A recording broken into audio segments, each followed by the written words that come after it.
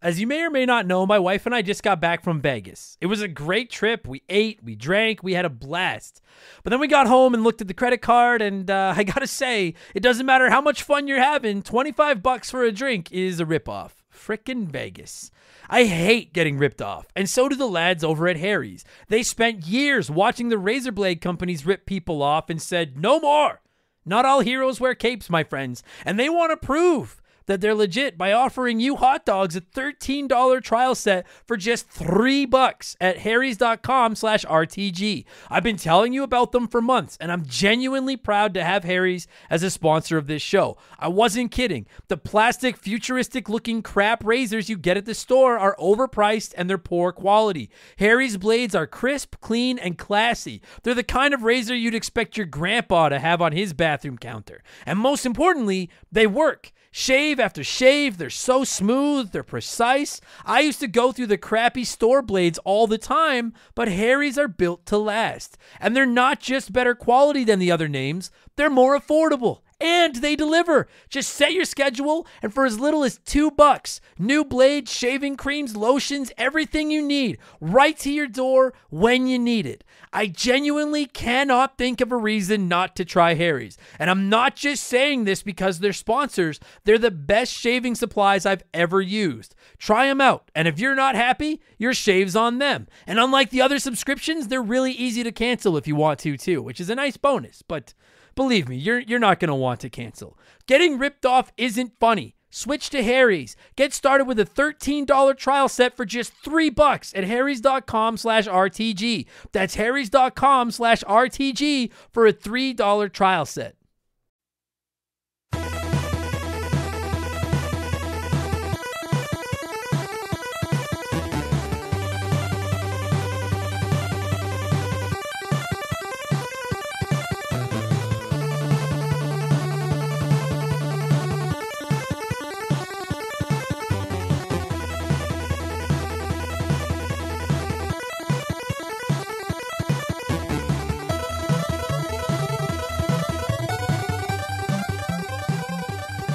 What's up, everybody? Welcome back to Remember the Game. It is my retro gaming podcast where every week a buddy of mine and I sit down and we geek out about the games we played back in the day. My name is Adam Blank. Thank you so much for listening to the show. And this week it is episode 162, and we're going back to 1988 and talking about a game that frankly is not great.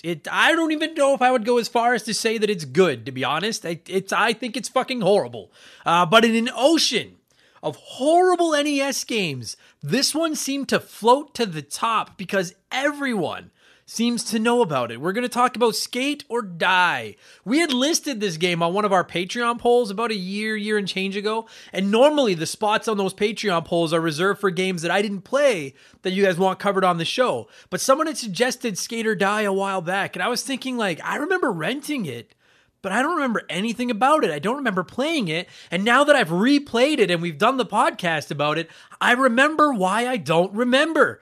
This game fucking sucks. My buddy Brad is going to be my guest this week, and I don't think we've ever sounded older than we did on this week's episode of the show, because we both know absolutely nothing about skateboard lingo or any of that. It's rock the Wi-Fi handspring off the tailpipe with a gnarly kick punch. We tried, but we had a good time talking about this fucking stupid game anyway, and we're going to get there in just a minute, because speaking about stalking, damn it, I went to go talking about stupid stuff, but I fucking ruined it. Speaking of talking about stupid stuff that I can't fucking say, it's time for yet another edition of the Remember the Game infamous intro.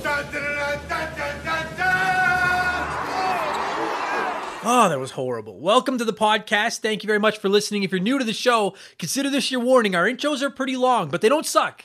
I promise. They're better than the intro to the intro. Our intro is legitimately longer than if it would take you to play through Skate or Die, but it's also way more fun and it works a little bit better. So I've never said that our intro is better than anything. So I don't know if that's a shot at Skate or Die or a testament to the quality of our intro, but give it a chance. It's not bad. It's fun. We have merch, lots of merch, hoodies, t-shirts, coffee mugs, tank tops, stuff like that, all rocking sweet custom designed art drawn by my man Joe over at 4545creative.com. You can find all of our art or all of our merch at rememberthegamepodcast.com if you're interested. We have a new design going live this week based on the Full Metal Jacket movie poster. Admittedly, I have not seen Full Metal Jacket, but Joe sent me this art and said it made sense in relation to the movie poster, and the art is fucking awesome. It's based on the console wars, and it's got like a military, like the camo helmet with an SNES controller and a Sonic ring attached to it, and it says like, I survived the console wars. It's really fucking cool. And we have another one coming out quite quickly, another design that's going to pay tribute to a particularly dreamy video game console that cast a spell on everyone.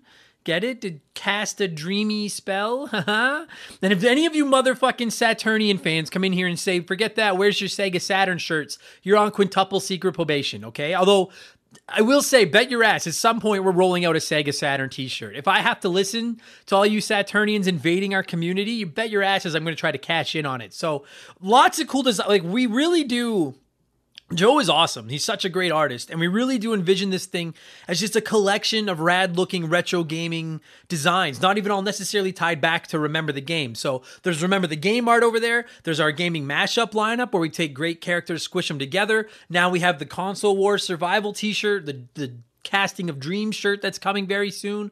RememberTheGamePodcast.com if you're interested in checking out any of our merch. We'd appreciate it. It's a great way to support the show. And of course, if you don't like clothes, you can always just support us over on Patreon, man. It's only $2 US, so it's like $10.50 in Canadian. It's like $3 Canadian, but $2 a month. And you get 2 extra podcasts every week. Exclusive access to both my gaming news podcast, Game Patch, every Friday, and my gaming discussion show, Expansion Pass, every Sunday. You also get instant access to well over 100 previous bonus podcasts.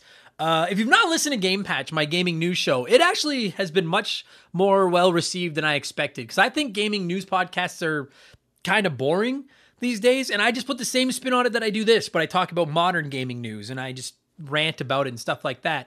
And then this past Sunday on Expansion Pass, we talked about sports games, not any particular title, just about the genre as a whole, how they played in the 80s and 90s, how they play now, what they've turned into, why they used to be all I play and now I hardly touch them, just stuff like that. And as is becoming tradition in the intro, here is a sneak peek of last Sunday's Expansion Pass sports games.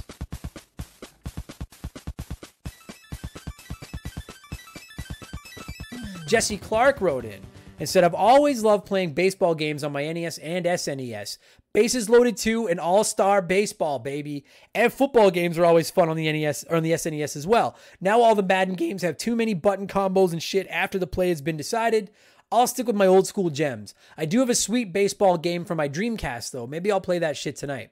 I also love me some motocross games and my beloved Tony Hawk Pro Skater 1 through 3. Those count, right? You're motherfucking right they count, Jesse. I had those games on my list right away. Tony Hawk Pro Skater games, of course, which I will argue to the death with, well, not the death. I don't care enough to die, but I will argue tooth and nail against just about anybody that with the exception of the MLB The Show games, the old school Tony Hawk Pro Skater games might be the best sports games ever made. There's a dude. Listen, Tony, I don't even think I feel like I'm about to defend myself. And I'm like, no, I don't think there's even that many people that are probably going to disagree with me. The original Tony Hawk Pro Skater 2, I mean, the remakes are cool too, but Tony Hawk Pro Skater 2 is like still considered like on Metacritic and stuff, one of, I don't know if it's the highest graded game of all time, top 5 anyway. Like those games changed the landscape.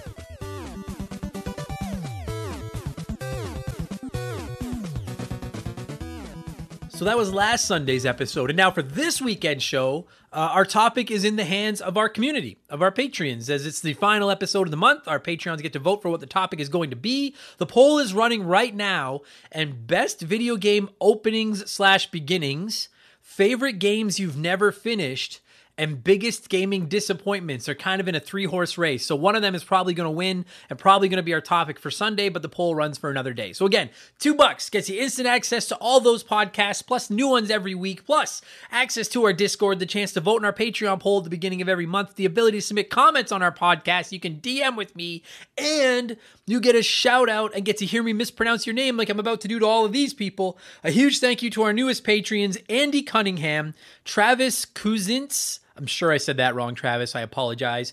Billy Mumphrey's Downfall. Love it. Rico Argentieri, Brian W., and Chris Dickin. Thank you all so much. Welcome to Remember the Game Industries. Patreon.com/Remember the Game. There, the plug is done. It's just, I'm an independent content creator. I suck. I'm just working out of my spare bedroom. This show is way bigger than I ever imagined, and now I need to find a way to finance it. So $2 a month for a ton of extra content. You help me, I help you. We become friends. And then, quickly, before we get into the actual segments like blowing in the cartridge and stuff like that, people have been asking where the lanyards are. If you're newer to the show, back in February or March, when we were creeping up on 200 Patreons, I said the first 200 people that signed up would get a free lanyard courtesy of yours truly. I Remember the Game lanyard. And then the Patreon exploded, and we got those done. But I still have a ton of extra lanyards laying around here, and people have been asking me when I'm going to sell them. And I have been waiting to share this story with all of you for a very long time. But when I went to ship out those lanyards, so I bought the lanyards, and I actually really am proud of how they turned out. They look really good. They're just Remember the Game lanyards. You put your keys or whatever on them. But I expected them to cost me about $3 each to ship. And so I knew I would lose money on it, but I didn't think, I figured, if I have to lose most of a month's Patreon income to send these out, but it shows the community I care about them and people sign up and it's win-win. When I went to ship them, it turned out they were about 1/8 of an inch too thick to ship as a letter. So I had to send every single one around the planet as a package. And the only reason I didn't tell all of you this to begin with was because I didn't want everyone to be like, oh man, you got fucked here. Let us send you some money as to help cover the shipping costs. And nobody think about doing that now. It's fine. But those lanyards ended up costing me just shy of $2,000 to get sent around the planet. It cost me about 2.5 months worth of my Patreon at the time to fulfill that obligation. So I learned a valuable lesson. So anyway, the point I wanted to make is I ordered extras. I still have lanyards here at the house. I know people have been asking me when I'm going to sell them because they want to buy one. I've got my shipping quotes here. I have it right in front of me. And I'm not going to lie to you guys. My cost for because I'm going to be packaging them, they're going to be a lanyard with a Remember the Game magnet, a Remember the Game sticker, and a Remember the Game Nintendo Power tribute signed postcard. And it's not just me signing the back. I write like a nice message to everybody. They're a nice little package. The supplies, like the stuff that goes in that package, cost me about $4. Shipping in the US is going to cost me anywhere from $11 to $14, depending on where it's going. And shipping in Canada is anywhere from $10 to $15, depending on where it's going. So I am going to be selling them. International, I probably won't be selling them outside of Canada and the US, at least not for the time being, because it's going to take too long. But they're probably going to be around the $25 mark because it was just fucking shipping is stupid expensive. And honestly, on that $25, by the time I pay for shipping and the supplies, I'll make about $6 or $7 a package. So those will be going live soon, and it'll include a Remember the Game lanyard, a signed postcard, a sticker, and a magnet. The postcard will be signed with a nice note. It won't just me scribbling my name on it. But if you're wondering why I was hoping to launch them for $20, but they're going to cost me almost $20 to package and ship because shipping fucking sucks. I've wanted to tell you guys the truth behind those lanyards for so long, but I was worried if I did it back in March or April. You guys are so supportive. I was worried everyone would be like, well, let me ship you $10 as a thank you. And it's fine.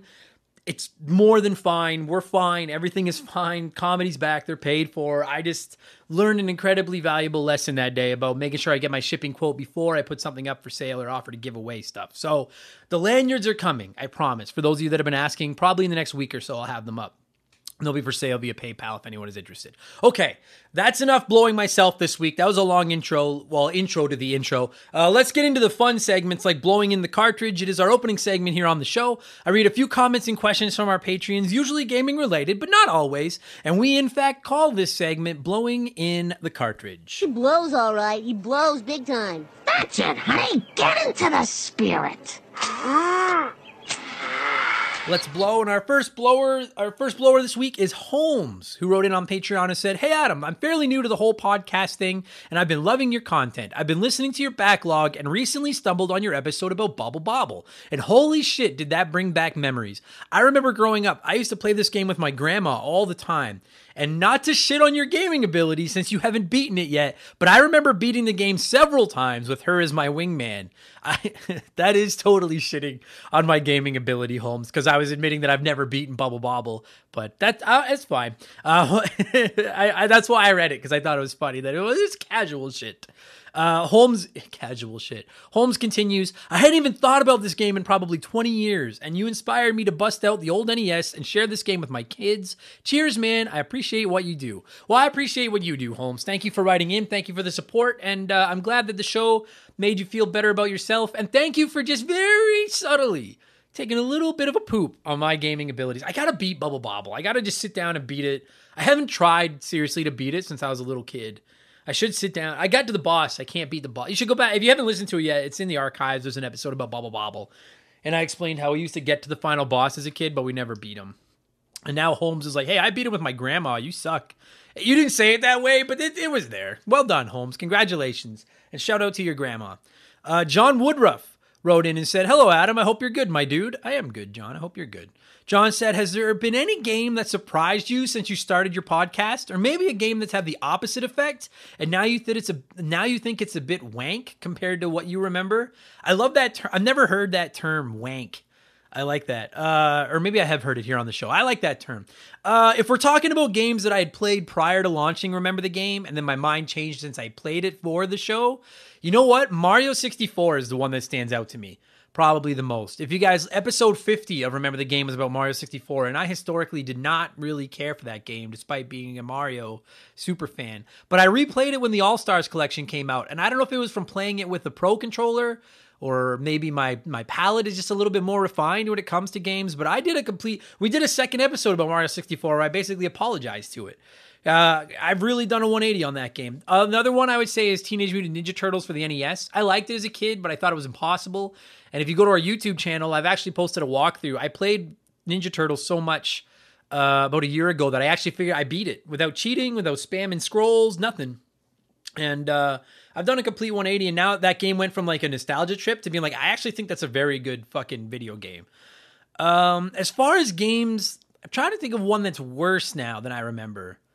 But I don't think there is one. There's lots of games that I knew sucked back then that I still think suck. Like Bart versus the Space Mutants and stuff. I like it anyway. Oh, actually, Echo the Dolphin is one. That's like obviously one of the most infamous episodes of the show ever because I completely lost my mind on that game.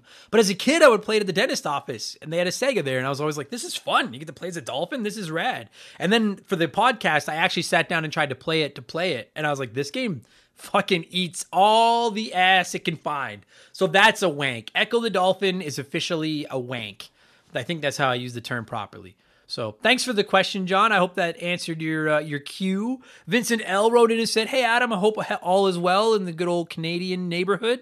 I was wondering if you're able to catch the trailer for Spider-Man No Way Home. It's lit. Do you think Marvel is just being super secretive about Tobey Maguire and Andrew Garfield making an appearance? Keep up the good work, my friend. You know what, Vincent? I actually watched the Spider-Man No Way Home trailer last night.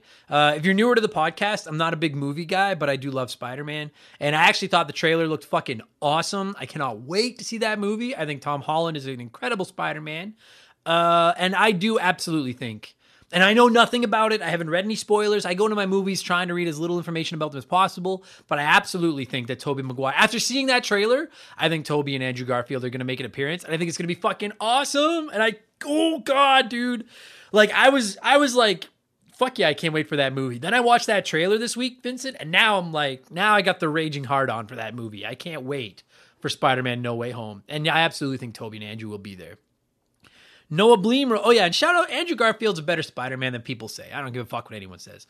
Noah Bleem wrote in and said, hey Adam, I just wanted to thank you for inspiring me to slowly start getting work done for my own live stream. I just moved to a new house and now have the bandwidth to support a stream, so I'm going to start small and work my way up. Also, it's awesome to listen to your content every week. The back catalog for Remember the Game has gotten me through hours of work, and the back catalog of Expansion Pass is going to get me through hours more.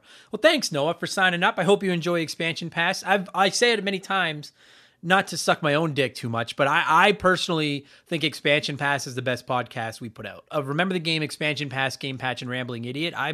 I really am proud of Expansion Pass, so I hope you enjoy those, and good luck with your stream. I hope that goes well. If you have any questions, you could ask me. Anyone that's come by my Twitch streams may know that I suck with technology, and I would say 1 out of 4 streams ends up getting canceled because I can't make my computer work. But if there's anything I can do to help you, by all means, yell at me. And I would say to you or to anyone that's listening to this that's thought about trying to get into Twitch streaming or podcasting or YouTube channeling or whatever, start. Quit fucking dragging your ass and just start. Just see how it goes. And if you don't have a big audience, who cares? Just do it for fun, and maybe you'll get it. People will come if you're sincere and you stick. I've learned that from the last 3.5 years of Remember the Game. If you're sincere and honest and passionate about what you're doing, eventually people will check you out. So good luck, Noah. Good luck. Luca wrote in and said, I know this is a retro-focused podcast, but over the past few months, I just haven't been feeling retro games. I want the good graphics and the big worlds. Do you ever go through a retro gaming lull like this? I've just been playing Red Dead Redemption 2 and Breath of the Wild a ton. I have multiple devices I can use to play retro games, but I just haven't felt like it. Absolutely, dude. Absolutely, Luca. You know what?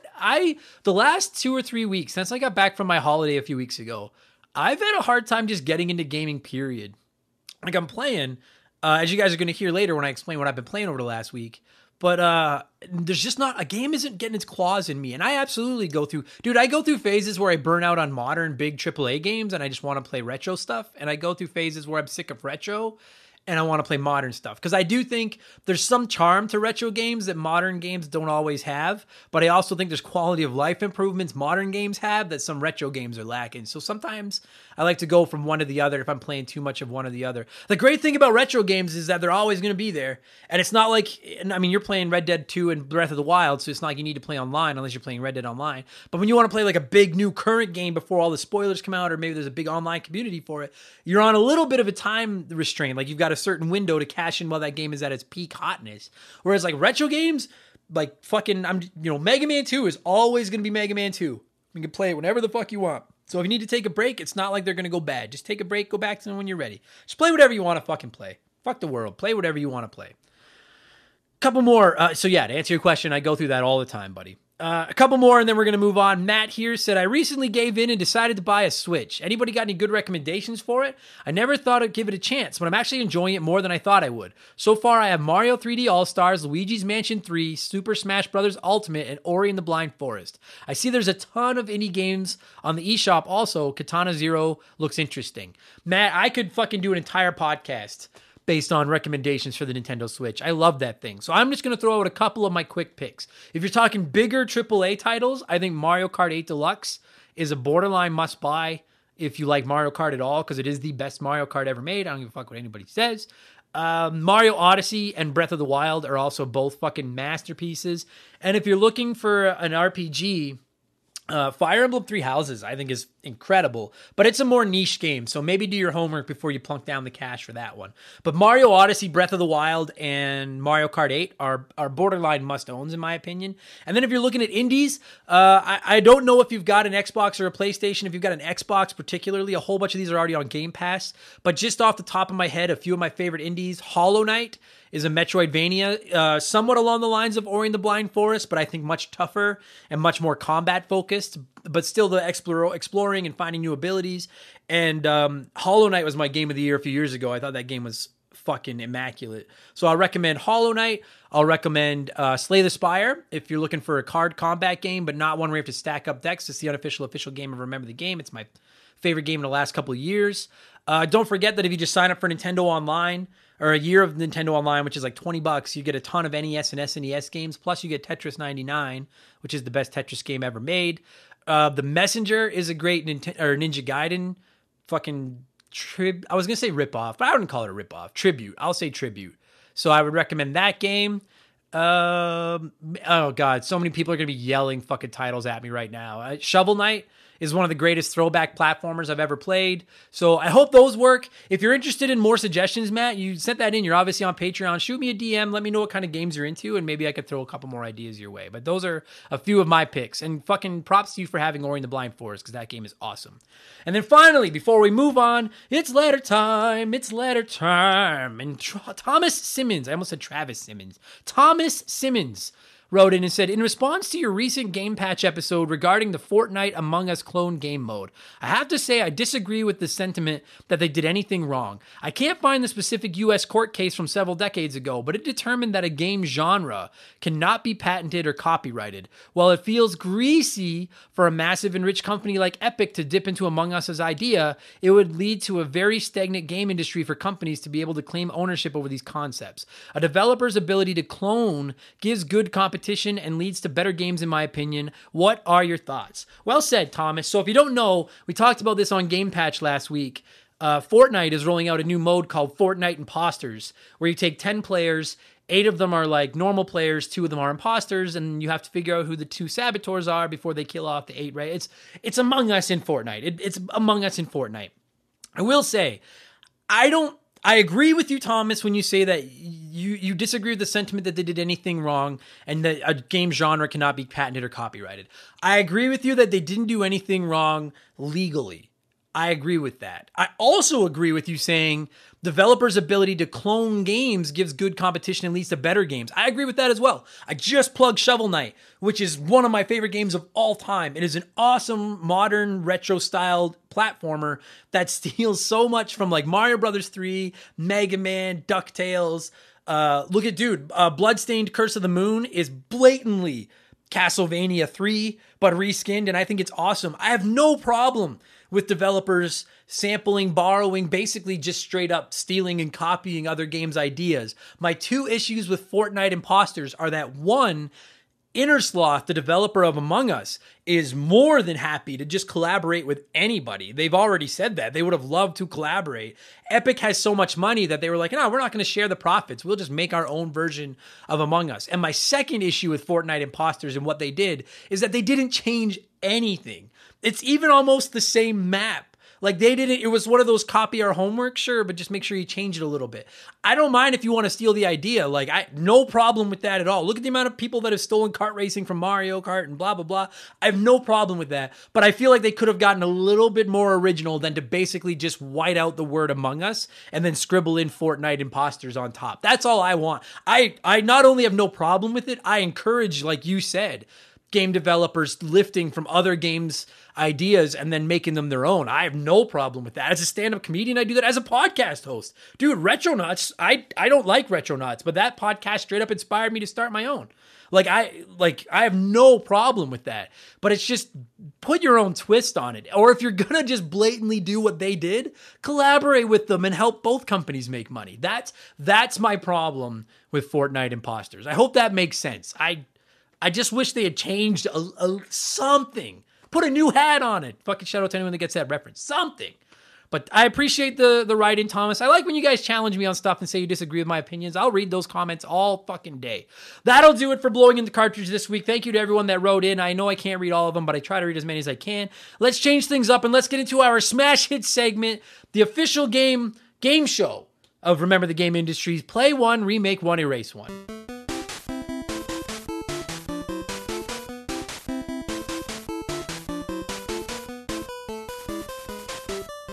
And a huge thank you to Classic Concentration from the NES for unknowingly providing us with the theme music for the show. The rules are simple. Every week, I give our listeners 3 retro video games. They can play one as it was released, they can remake one as a modern game, and the third game is erased from time forever. And as always, there are no wrong answers, but there is a right one. And this week, as I figured we're talking Skate or Die on the main portion of the podcast, which is like a retro extreme sports game, I thought we would find 3 more of those. So we're going with Wave Race 64 for the Nintendo 64, Super Dodgeball for the NES, and Cool Borders 2 for the original PlayStation.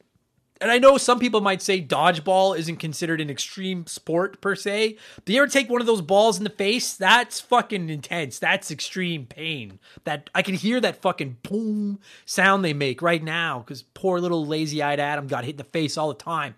I like it when the vote is close because we run a poll over on Patreon saying which game would you play, remake, and erase. And there's 6 possible combinations every week because by the time you plug 1 into play, 1 into remake, and 1 into erase, you have 6 various options. So if the winner comes in around 30% or under, then you know it was tight because there were 6 ways to vote. This week was one of the closest we've ever had with 27% of the vote. Play Wave Race, remake Cool Borders, and erase Dodgeball came out on top. And then so that was 27%. Even the least popular options had 10%. So it was really close this week, which is awesome. And this is one of those rare weeks where I actually went with the majority, that 27%. That's what I would do. But honestly, there's not a combination that will get you on double secret probation this week, which is what we normally do to you people when you erase the wrong fucking game. The only people going on double secret probation this week are the cheaters, like Jerry Robinson, who wrote in and said, I don't know any of these games, so fuck it. Erase them all. I just want you to tell me that I'm on double secret probation. Well, Jerry, your fetish has come to fruition. Get your fucking ass on double secret probation, baby. Bend over, because you're out of here. Some of the actual, I just felt like reading that. I thought it was funny. Some of the actual answers from people. Cody Poland said, I'll say remake Dodgeball, play Wave Race, and erase Cool Borders. I've never played these games, but that's the order I would use for the sports they're based on. I found this to be a very interesting answer, Cody. You're like, I haven't played any of these. So if I had to, I'll remake a game about dodgeball, I'll play a game about jet skis, and I'll erase a game about snowboarding. And that's fascinating to do it based just on, if you knew nothing about any of these games and you were just doing it based on the games they were based on, I would probably say I will play dodgeball, remake snowboarding, erase jet skis. If I was going just on the sports, but I didn't do it in that order. But that's an interesting take. Black Silver said, remake Wave Race. I haven't played it in a while, but I imagine it'd be just as fun as ever to play. It'd be amazing to be able to play online with friends without split screen. In fact, let's go back and remake every great game that had split screen multiplayer. Holy fuck, get busy.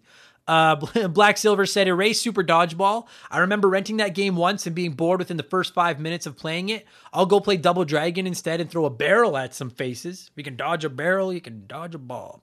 And then Black Silver said, play Cool Borders 2. I didn't play it that much, but I invested a lot of time into ripping riders. I wasn't the biggest fan of the hold to spin concept, but it was hella satisfying to hold for a long time, do an ungodly amount of rotations, and then land it. Fuck yeah.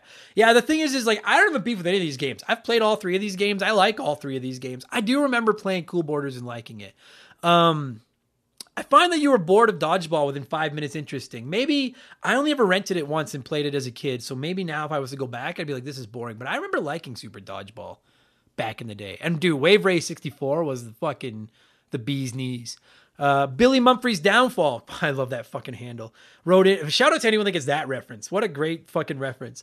Wrote in and said, play Wave Race. It's a Nintendo 64 game, so it's aged about as well as Mickey Rourke. But what the hell, it was fun enough. Nice. Remake Super Dodgeball instead of erasing it. I think modern graphics and gameplay could make for a really fun multiplayer experience and something that hasn't been done in a long time, and erase Cool Borders. This game never held a candle to Tony Hawk, and another better snowboarding game would have been inevitable. Having said that, I always thought 1080 on the 64 handled better. It felt considerably less stiff. And you know what, Billy Mumphrey? A few people brought up 1080 snowboarding. I never played that one on the 64. I did really like Cool Borders too. Back in the day, we used to play the fuck out of that game. But I gotta play 1080 because you're not the only one to bring it up. People seem to really like that fucking game. Raging Demon wrote in and said, don't you dare erase Cool Borders, you hot dogs. I know it probably doesn't hold up, but you're messing with the Raging Demon's childhood. If you don't know the joy of holding down X and left or right for an entire stage and then doing a mad 1440, I feel sorry for you and recommend that you get professional help. Ooh. Remake this game and make Cool Borders 99 and have an infinite stage with the lowest scores being eliminated every few segments. Play Wave Race because why not? And erase Dodgeball because all wars have casualties. Cool Borders 99. That's a fucking funky. I don't know if I like that idea or not. That game would fucking go for days. Tony Hawk 99. Oh, maybe. All right. Anytime someone writes in and suggests a 99 version of a game, it gets my attention. Mercury869 said, pretty simple this week. Play Dodgeball. I never played it myself, but I'm sure it's fine and probably better than what I'm about to erase.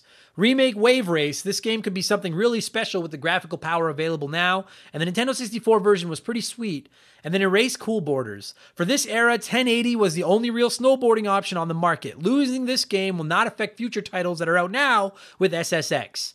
All right, fair enough. I really did like Cool Borders. But the thing is like Dodgeball is fun. And I agree, as someone that's super critical of the 64, I always loved fucking Wave Race. I thought that the mechanics and the physics of the water worked so good in that game. I loved that game.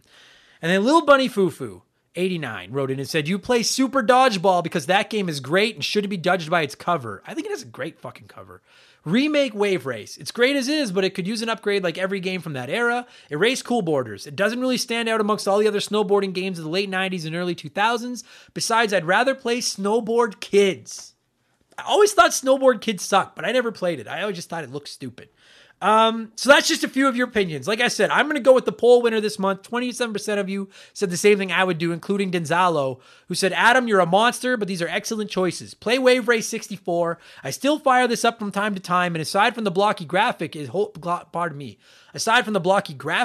holds up. There's still a few games around that can match the water physics from this one. Fucking right, I agree.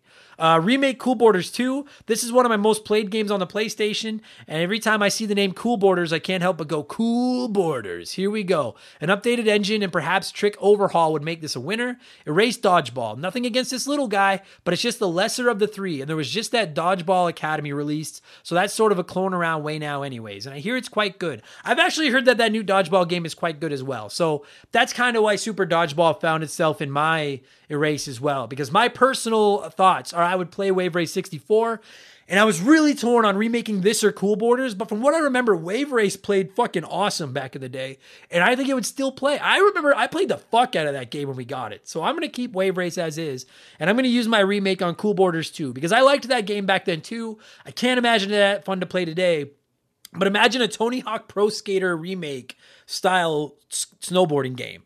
But just use Cool Borders. We all fucking want it. So let's fucking go. I want a new snowboarding game so bad. And then I'll erase Super Dodgeball. I really wanted to put this into my play section, but it's just there are other dodgeball games, including the new one. And I love Wave Race 64. I can't get rid of it. So we're going to reluctantly erase Super Dodgeball. Rest in peace. Thank you to everyone that played. What have I been playing over the last week? And then we'll get into talking Skate or Die. Like I said in the blowing in the cartridge segment, I've been really struggling to get into gaming lately. I've been very busy. I'm not trying to fucking go on my personal life here, but like, stand-up we're going into the busy season for stand-up. I've been talking about this for weeks. I'm not slowing down right now. I'm on the road a lot. I'm staying busy. And so I'm having a hard time just being able to like turn my brain off and unwind. And then when I do, I'm just having nothing's getting its, you know what I mean? Like, when you're playing in like a games just get their fucking claws in you and you can't wait to play it. Nothing's doing that to me right now. I have been playing Tomb Raider on the original PlayStation. I'm pretty well done it. That episode's coming in the next few weeks because that won our Patreon poll this month. I liked it, didn't love it, but I'll share my thoughts on that when we do the episode. I've also been playing Axiom Verge 2 on the Switch. I loved the original Axiom Verge, but the second one just isn't clicking with me. So I think I'm just going to walk away from it for now, and maybe I'll come back to it later and it'll hit a little bit harder. I'm still occasionally playing with Loop Hero on my PC. That's a couple of you have reached out and said you're also playing Loop Hero. I don't even know how to explain that game. It's really weird, but fun. And then I fire up Fallout New Vegas sometimes at night. I gotta be honest, like I fired that up because I never played New Vegas, and I know so many people love it, and I want to do an episode of the show about it. We're going to. Thus far, I don't like it nearly as much as Fallout 3 or 4, but we'll see. I'm far from done. It just feels so empty, the desert and everything, but we'll see. I'm not done it yet. I'm playing that on occasion. And then I'm playing a retro RPG on my Switch. I don't want to say what it is because I'm planning kind of a surprise episode on it in the next few months. But I've been playing all those, but none of them super I'm not super invested in any of them. I'm just looking for that game to maybe Deathloop is only a few weeks away, and I'm hoping that's the one that just fucking bites me and doesn't let go. But and then I've been playing I played like a half hour of Skate or Die to get ready for this episode. Ugh, let's talk Skate or Die.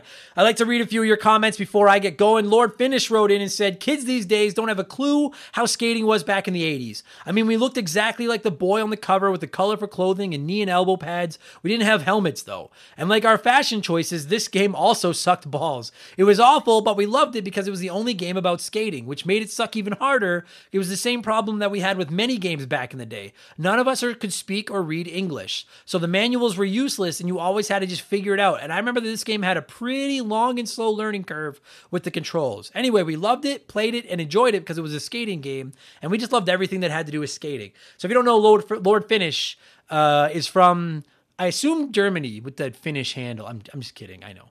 But I never had the manual. I will get into that in a minute, but I never had the manual until just now. And for what it's worth, even playing it with the manual, I still don't know what the fuck was happening. So I don't think you missed out on as much as you think. Sharonic wrote in and said, I think I rented Skate or Die once or twice. I have very little memories of the gameplay. I just remember the skate shop owner, Rodney Recluse, who was a punk caricature of Rodney Dangerfield. Skate or Die 2 is better than this game in every way. I would hope so, Sharonic, because the bar is low. And I rented this as a kid too, and all I remembered was that title screen with the Rodney Dangerfield guy. Dave McGee said, "Oh, Skate or Die. I would rent this game regularly. I mastered the half pipe trying to get the highest jump. The ridiculous title screen music. The nostalgia. Dude, I can't do that fucking high jump. I'll save it. You're going to hear it in just like 1 minute. But that high jump can eat my fucking ass." Wolfgang Darren wrote in and said, "One of those so bad it's good type games." I think it's one of those it's so bad it's bad, but we all remember it anyway type games, Darren. I would not classify this game as good. And David Phillips said, yes, mini games, the game. Fun for about 30 minutes, then you get bored and move on. Though I will never forget Rodney Dangerfield sporting a mohawk. And that is the most memorable thing about this game, and we're going to talk about it right now. It's time to talk Skate or Die. I'm going to cue up that Skate or Die music, which is actually one of the highlights of this game. And my buddy Brad and I are going to go back to late 1988 and talk about Skate or Die for the NES. Angry Adam makes an appearance this week. I hope you all enjoy it. Enjoy the podcast, everybody. Let's go. This show is sponsored by BetterHelp.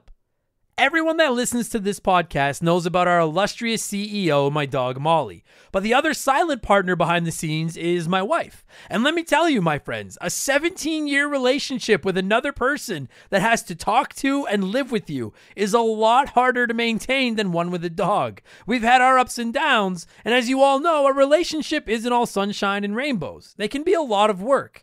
You get out what you put in when it comes to relationships, and talking to a therapist can be a fantastic way to put in some work. They can help you work through your issues, learn to communicate better, and even just provide you with an ear to bend when you need it. I've talked to my therapist about my relationships, especially when it came to my stand-up comedy career and how much I was away from home, and they helped me work on ways to keep my relationship strong even when I was out on the road. It turned out our relationship was actually better when I was out on the road, but that's a story for another day. And I know, right? Therapy. Who has the time these days? BetterHelp hears you, and they're making it easy. Fill out a quick form online, and they'll match you up with a therapist that suits your needs, and that'll work around your schedule. You pick the meet times, and you can get your therapy fix from anywhere, over video, phone, or just chat. Become your own soulmate, whether you're looking for one or not. Visit BetterHelp.com/rememberthegame today to get 10% off your first month. That's BetterHelp, HELP.com/rememberthegame.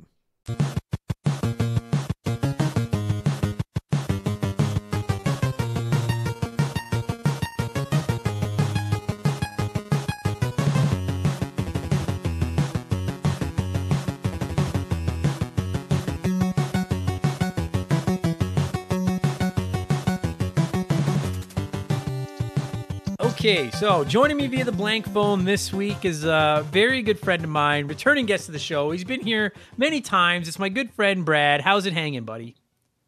I'm doing well, man. How are you? I'm okay. It's a rainy day, but I'm okay. It's okay. But you had to play something, and we'll get to that. Yeah, exactly. Like on the plus side, my Tampa Bay Rays are pounding on your Chicago White Sox right now. On the bad side, we're talking about Skate or Die. And so it's very like, and you know what's funny about you, Brad, is you've been on the show a handful of times now. And like, you have gotten some fucking gems. Like you had Batman for the NES. You had Chip and Dale for the NES. Yes. I may be wrong, but I want to say you and I talked about Revenge.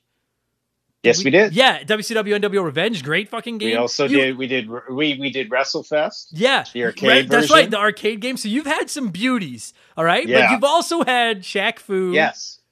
What? I gotta tell you something. I knew we did that, but I couldn't remember which one it was. Like I was like, he's gonna say the bad ones next. I know what his segues are. Yeah. Well, of course. Great work, by the way. Great work, by the way. Thanks. There was another bad one you did with me. What was it? I did Shaq Fu. It was an NES game. Ghostbusters, didn't we? No. No. I did Ghostbusters by myself. We got mad about that. Everybody listening to this is gonna be like, "This is a horrible fucking podcast. These guys don't even know what they talked about." And we're like, "No, we don't." No, but we did Shaq Fu. I know there was another one. You did Bubble Bobble. That's a great fucking game. Yeah, it was great fucking. You've had more good than bad. I was thinking like, oh, you did NHL Stanley Cup. Yeah. That game sucks. And then we did. we tried to do WrestleMania. Oh, right. Yeah, WWF Yeah, WrestleMania, yeah. but that we've canceled it Yeah, because that game was so bad that we Yeah, canceled it. God. First time we've ever Yeah. canceled an episode of the show because it was this bad. That's right. But- We did something else. So I won't lie to you. Oh my god, dude, you've done NHL 94. Okay. I was ready to come Yes. on here and be like, man, I'm sorry that you've had to cover so many crap games. But no, you like all of my guests, I you've all sneak had my some way in. my guests, whenever I book a show, like it's kind of a trade-off. Sometimes they get a good game and sometimes they get a bad game. And I'm not going to lie to you, buddy. An hour ago, I was thinking like, man, Brad has really gotten fucked over on this show with duds. But now I'm going over the list of games that you've No. covered and I'm like, no, you get Skate or Die and you can fucking Yeah. be happy about it because you've had Well, some no, great fucking well, games. I mentioned Skate or Die because You I did. had it. Yeah. Yeah, You I owned didn't it? have it. Oh. Okay. Did I?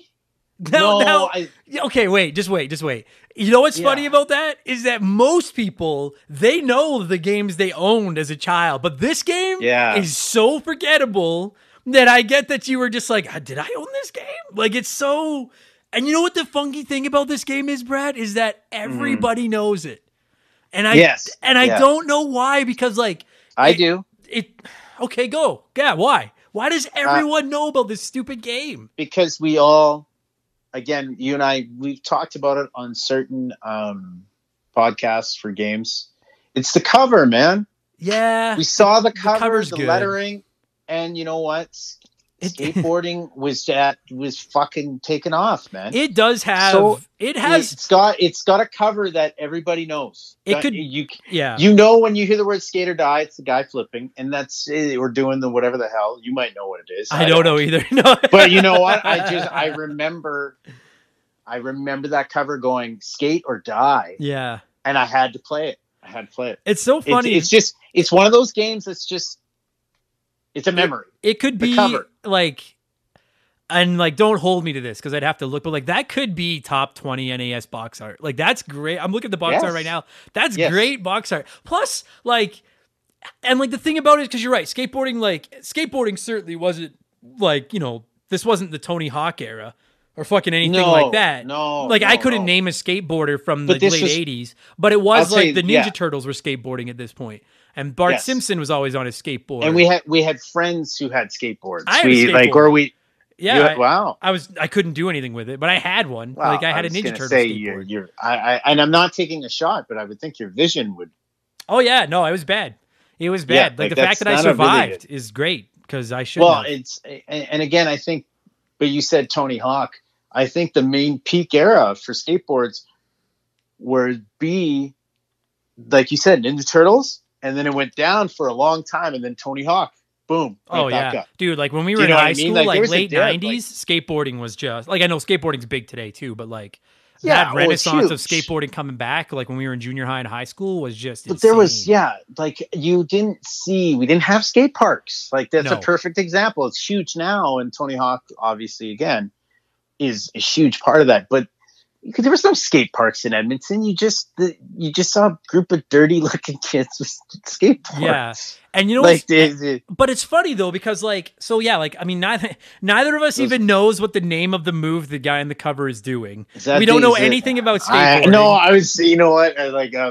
Turning 40 this year, I was going to throw out a guess, but you know what?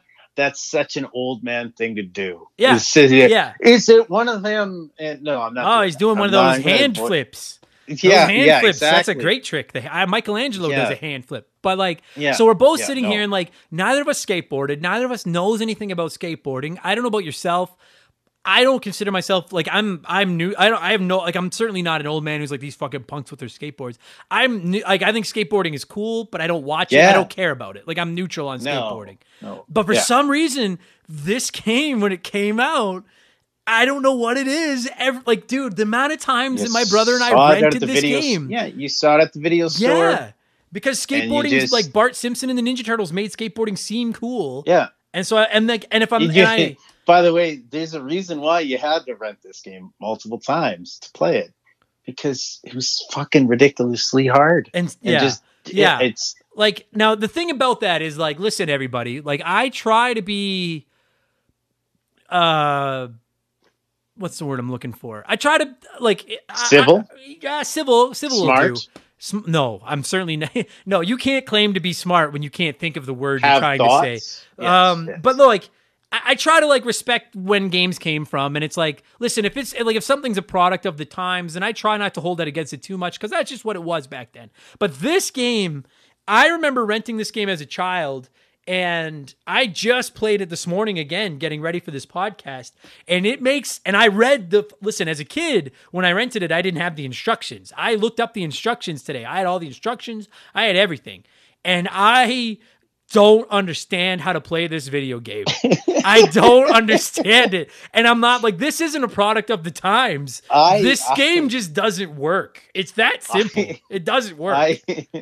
I only watched videos of it, and I'm like, I just imagined myself holding the controller and looking down at it as a 39-year-old man going, there's no way that controller that I used that long ago had any response to any of these parts of this fucking game. No, and because and you know what the thing there's about no it, way that little D-pad could do. No. There's just no. It's and like, no. I'm sure someone is gonna write in and be like, "Oh, you forgot about fucking Wade Boggs skateboarding '94 or something like that." And I know who Wade Boggs is, so don't come at me with he's not a skateboarder. Yeah, Tampa Bay Devil Rays. Yeah, I know. No, he fucking he lays unconscious on the ballroom tile. Yes, shout out to anyone that gets that reference. I don't sneak a lot of Simpsons references into the game part. That felt good. There you go. But anyway, the point I wanted to make was like, I don't remember another skateboarding game from the NES. Like there were like, you remember like there was parts in Turtles where you skateboard and parts in Simpsons, but I don't remember another skateboard centric game. And I don't even, if I'm mistaken, sure, but like if there was one, there certainly wasn't a big name skateboarding game in the Super Nintendo era either. Like it wasn't until Tony Hawk that skateboarding really became like these do work in video games, if I'm not mistaken. That's a bold statement because I want to say there's something, but I can't. But again, if there is, they weren't big. So like this, it's kind of like you said earlier. Did I own this game? Yeah. Like when I said that, I think I own this game, but I don't. I just remember the cover on the gray cartridge so well. Yeah, but like the tricky thing. The tricky thing with this game is you're like. So there was, I can't think of a skateboarding game before it, and it was years since till we got a good skateboarding game after it. Again, if I'm not going to stop saying it. I can't think of one. If there is one, I didn't play. No. And so I'm like, part of me is like, so is it fair to rake this game over the coals for its bad controls? And it's like, well, no one else even tried. At least these guys tried. But then it's like, no, you know what? I can rake you over the controls because there was infinitely other ways to make this game handle better than the way you fucking did. Infinite other ways. Infinite. Well, yes. You get this game, you rent this game or you buy it or whatever, and you see that awesome cover art. And listen, like, let's call a spade a spade. Skate or Die is an awesome name for a video game. Like that's how has that not been a movie? It is. On the Wikipedia page, it says there is a Skate or Die film. It's a French action film released in 2008. Who made this game, by the way? Skate or Die. So this game was developed by Konami. Jesus. Konami and EA. Yep, there's the problem. God. We found the root of the problem. There it is again. Imagine if imagine if Skate or Die 21 just came out and it was still broken because it's EA. They still couldn't figure out controls and whenever this came out. But I want to I want to do the good first, okay? And so the thing is like first of all, because you know what? Let's hold on here. There's multiple good things about this game. Oh yeah. I'm making a statement right now. Oh yeah. Listen, this game's going to get a bad fucking score and it is going to be one of the worst games we've ever reviewed on the show, but it's not Shaq Fu. Like it's not Echo, it's not Mario's Missing, it's not Virtual Bart. It's the tier above them. Okay, so like let's just right off the gate, we've already said it. Box art is awesome, and I'm gonna yell out like I think Skate or Die is such a phenomenal name. I will say after playing this, if my options are Skate or Die, Death doesn't seem so bad. But like those two things are awesome. The idea that they made a skateboarding game is cool. Then you fire it up. I actually think that the music in this game is not fantastic, horrible. Yeah, I don't know if I would go as far for as Nintendo. For Mega Man is fantastic. Okay, but it's good. It's good music. It's not bad music. Yes. So, Yes. You add bad music to this game, it would take away a lot. sure. Because I think this music is it perks you up. It sounds like they're trying to do something different. Yeah. But here's a couple of things that I don't think you noticed about this game. Actually, I have to mention one more thing about the box art. Yeah. Do you remember? It just popped into my mind. The drawing of, we'll get to him because the shop owner. Okay. Yep, The yep. guy with the purple hair. Yeah. I remember the advertisement in the video game magazines. He was drawn and it was massive. And it said Konami Skate or Die. And it had remember in the bottom right corner, they would put a very tiny photo of the actual gameplay. Yeah. Do you remember that? Yes, I yeah. do. Yeah, the entire ad would just be some big cartoon, and then there'd be a couple And then little at bottom, tiny squares in the yes, corner. Yes, yeah. yes, 100%. Yeah. You know you're hiding something when. Yeah, exactly. And for this game, it's we'll get to it, but there's jousting. What the fuck? Yeah. But no, I totally agree in the sense that there's the shop owner, but do you realize that main screen, where you're selecting to go? Yeah. Does this give you a memory of a game that you fucking hated and rated pretty low? Are you do you mean so there's that screen where you're just looking at that shopkeeper's ugly face and you can move the cursor around? So then when you go back though, it's the map. Yeah.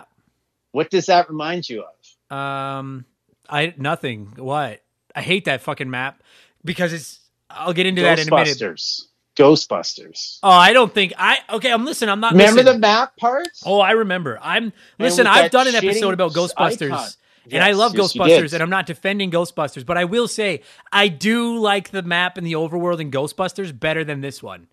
Yes, because at least you could navigate the map in Ghostbusters. How they made even the map. Okay, so I just want one other good thing that I want to shout out. Then we'll get into all the bad.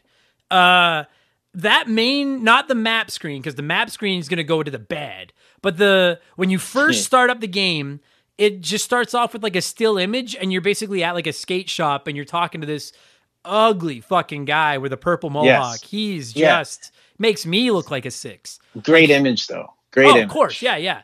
And he fits the game. And I like that, what's cool, and I really do think this was really cool, is when you're in the shop talking to him, and my understanding is because this was originally a PC game, and then they ported it to the Nintendo. Oh, wow. When you're on that main screen and you're looking at the ugly guy with the mohawk, you have a cursor that you just can move in any direction, 360 degrees. You can move it around the screen however you want, and anytime it goes over something you can interact with, the text on the screen changes. And sometimes it'll be oh, go here to see the high scores. And it'll be go here to register your name. But then if you put it over, you mentioned the joust, if you put it over the joust stick, then it says oh yeah, you'll use that for the joust. And I will say that I actually thought it almost had Maniac Mansion vibes. I don't know if you ever played Maniac Mansion. Yeah, no, this is, there's a lot of innovation in this game. But here's what they were trying to do.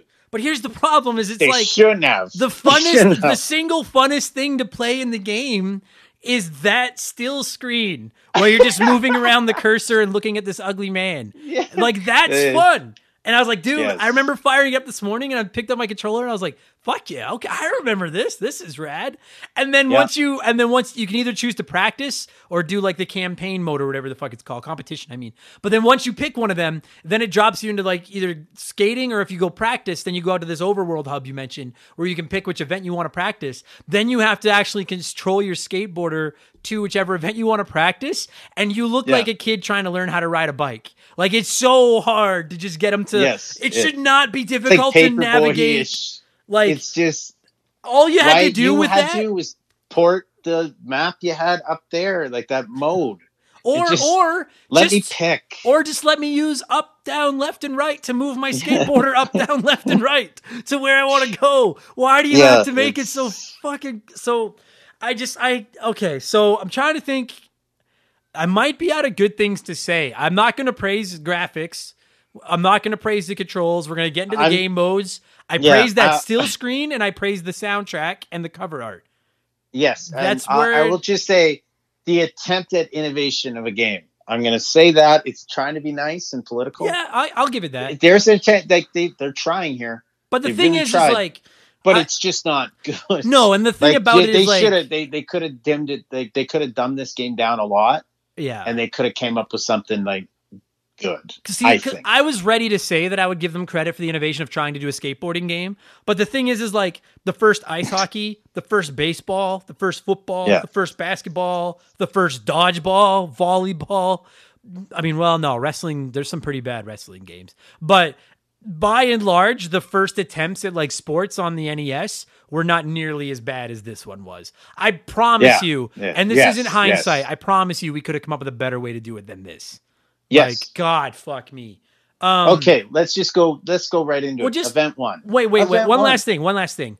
And I had this in my notes because I wanted to bring this up. And this isn't necessarily a compliment to Skate or Die, but like I haven't played my NES in quite a while, and I picked up I just wanted to say that like, and this is just me geeking out about old video games. When I was playing on my NES Classic, and when I fired up my NES Classic and picked up that old school NES controller today, even though this game sucked, and I knew it sucked, and I knew it was going to suck, and it did suck, there's just, and I bet you a lot of you listening to this, and bet you as well, Brad, there's just something about the NES and the NES controller and the old games, and it's just, there's just something special about that console in particular.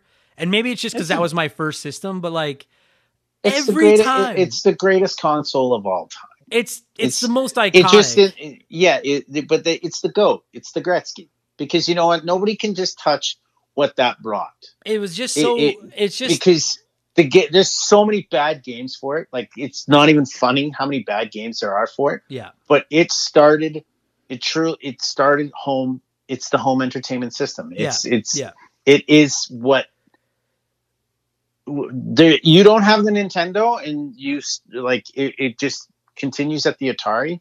You take Nintendo and like Genesis, but like you take Nintendo out of it, do you get the push for the Genesis? No, not at all. The Super Nintendo? Not at all. Do you get any of that? Like Atari and Coleco were huge. Yeah. They're the GOATs too. I think it's a different category to a degree, kind of.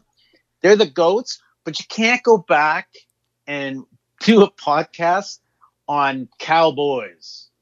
No, you want to know the truth? And I've talked about this a couple of times, but just I've never played an Atari or a ColecoVision in my life. Really? Because I never had one, and I just never played them. And you know what's funny? You go to a kid that grew up with a Nintendo 64, and you try to get them to play the NES, and a lot of them are like, this sucks. And that's how I kind of feel about Atari and ColecoVision. Because I grew up with the NES, and I go back to those vintage games, and I'm like, this looks like I don't want to play this. This looks like shit. But the NES just... And I just wanted to get that out there before we start ripping this game apart. We're 20 minutes in, and I know everyone's here to hear me shit on this game, and that's what we're going to do. But that NES controller just has a connection with like some spot in my brain that nothing else does. And every time I pick it up, I'm like, God, this is just...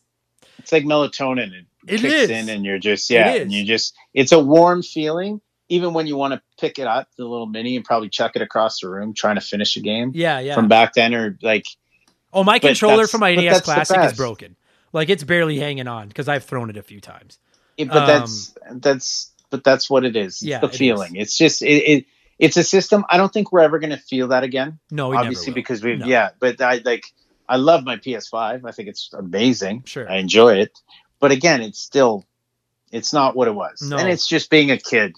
Yeah. It's just that feeling. It's just so special, that controller, and just made me happy. But no. And then now, event 1.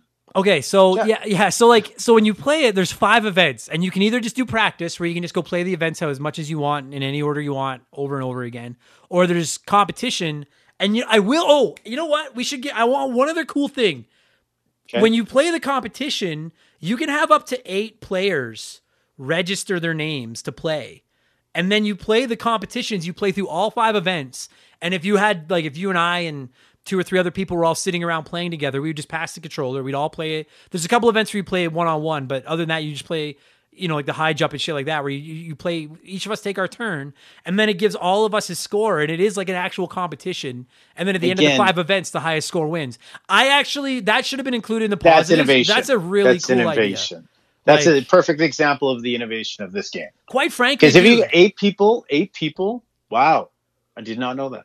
You look at so many other games, and I'm thinking ice hockey and wrestling games and stuff like that from this era. And like, if there was a quote unquote career mode, you just played through a ladder of all the other opponents, and then that was it.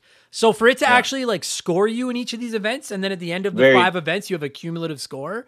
That's really cool. I like that idea. Maybe that's where all like the memory for the game went. To be able to do that, because they didn't use a lot on gameplay. No, and I think that the problem with the competition event is that the winner of the competition would have been whoever didn't rage quit the game during the 5 events. Yes. Like if you made it to the end, you won. So it's so bad. So whether you go practice and you just pick the events, or you go competition and have to play through all 5 events, the 5 events don't change. And they play the exact same. They all play the exact same. Well, but here's the thing: from practice to the other one, it plays the same. Oh, okay. I was gonna say you're right. They there's no like you're playing the exact same mode. But what I will say is like the controls change from each event. And I'll tell you, dude, as a kid, when I would rent it, if you rented this game and didn't have the instruction manual, you were dead in the water. Take it back. Just it didn't work. But then say it didn't work. Get a different rental. But then I'll tell you, dude, because you're not playing it. But I went to play it this morning, and I was like, oh my god, I got to look up the which I am learning as I revisit old games for this show. We're so spoiled with today's games and their tutorial levels and stuff like that, teaching how to play. Back then, like, you really did need the manual. Like the game developers were assuming you would read the manual. So then I was like, all right. Like, I know how retro games work. I'll look up the manual. So I looked up the manual. I had it on my phone while I was playing each event, because each of the 5 events has different controls. And so with each event, I would go to that page of the manual and have the controls right in front of me. And there isn't one event of the 5, not one, that I was able to just make work, even with the controls right in front of me. And then to top it all off, there's 2 events where you race down hills. There's 2 events where you're in a half pipe, and then 1 event where you're the joust. And you would think that like the 2 racing events and the 2 half pipe events, the controls would at least stay the same. No, sir. No. You learn 5 different sets. How? Hang on, I'm going to close my window because there's children outside. Just give me, just hang on just a sec. How the fuck did you not get 1 set of controls right out of 5?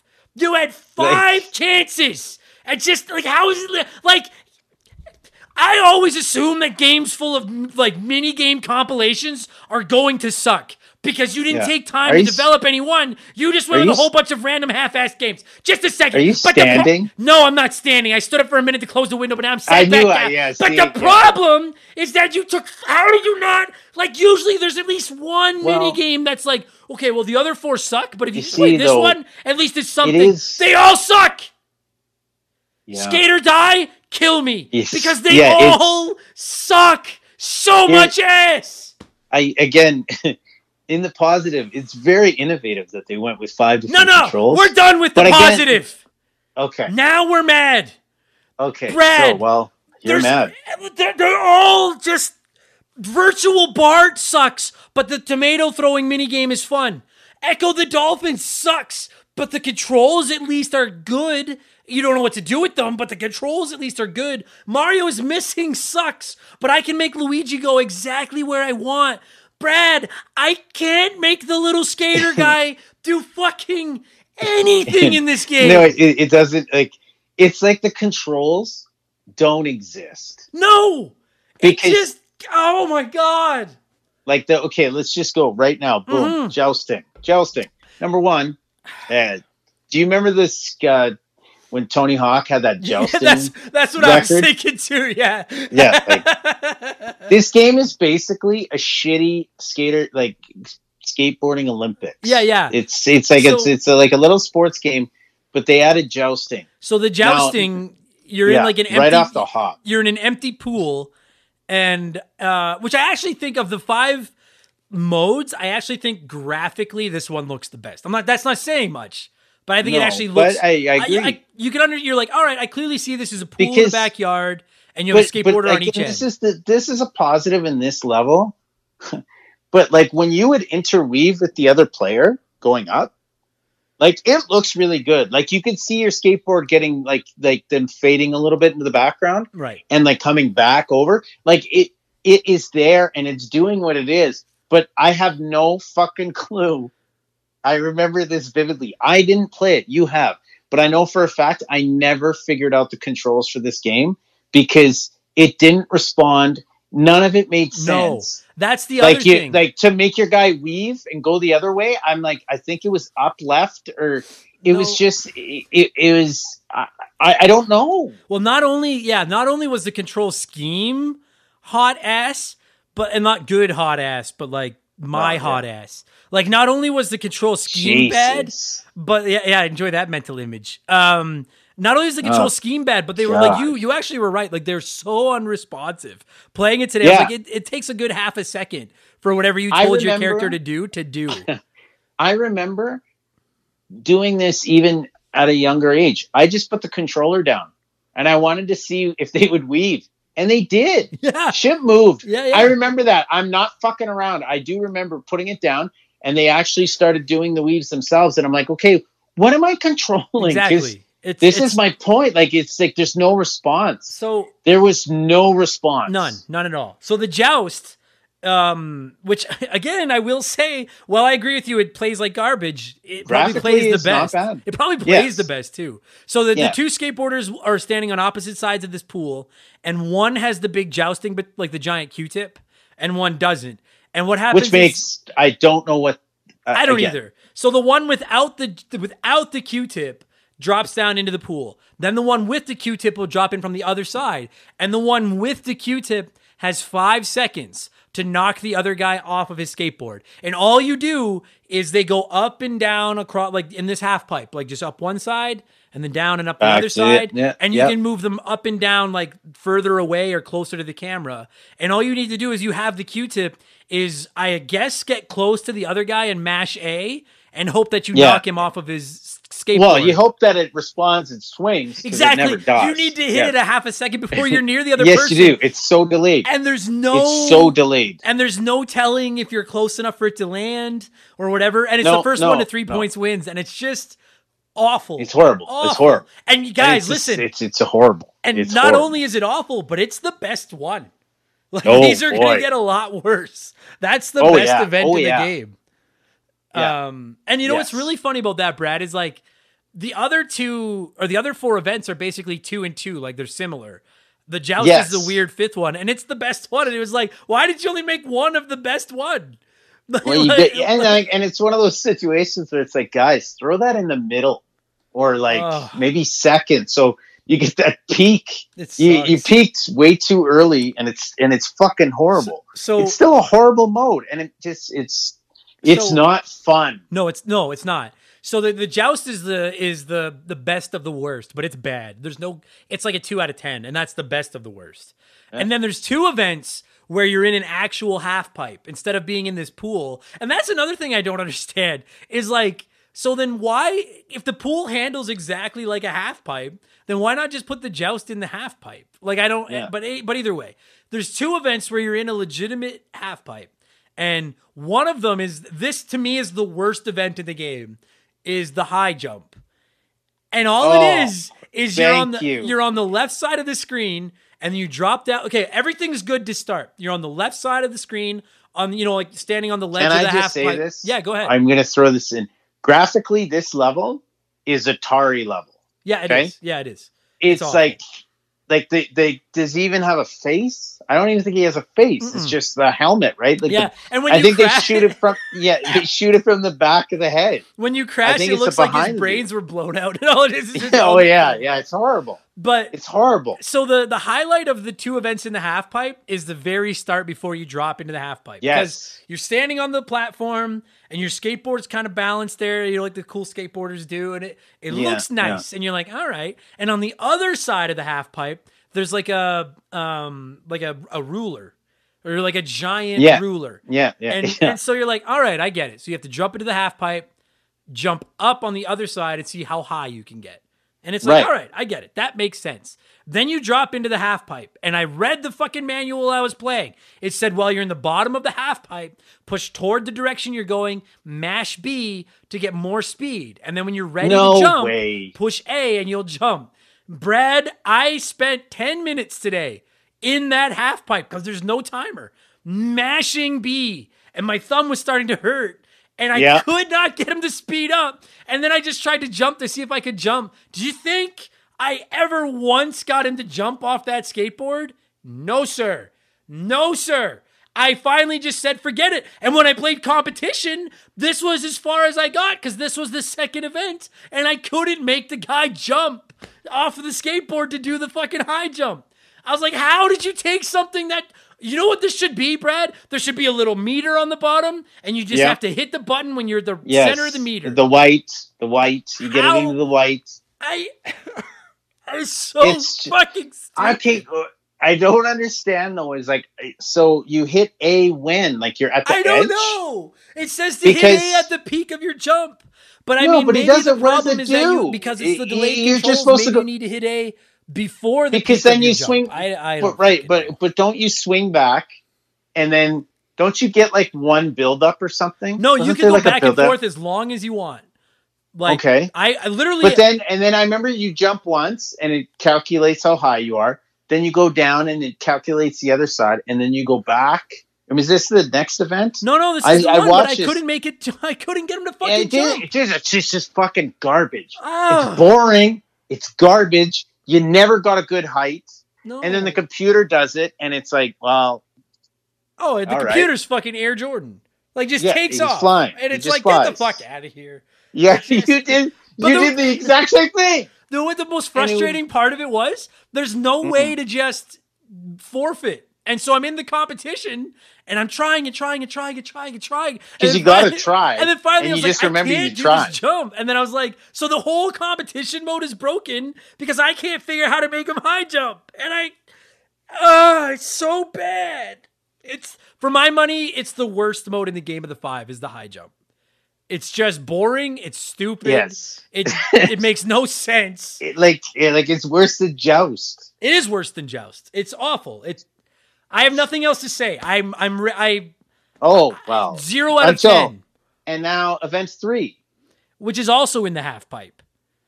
But Which one was this one? This one's freestyle. And this is like, in theory. Oh, for fuck's sakes. In theory. Yeah, it's coming back to me. This should be the best mode in the game because this is real. Like I've watched the X Games a couple of times. Yeah, where they go into the air and they do like 3 circles or flips. And it's that's cool to watch. So I was like, all right. And then, dude, you should see the page in the instruction manual for this because they're like down when up, you're B, they're like down, when you're at the bottom of the half pipe. Don't say point and hit B. Well, it says like hold forward and tap A once to do this trick.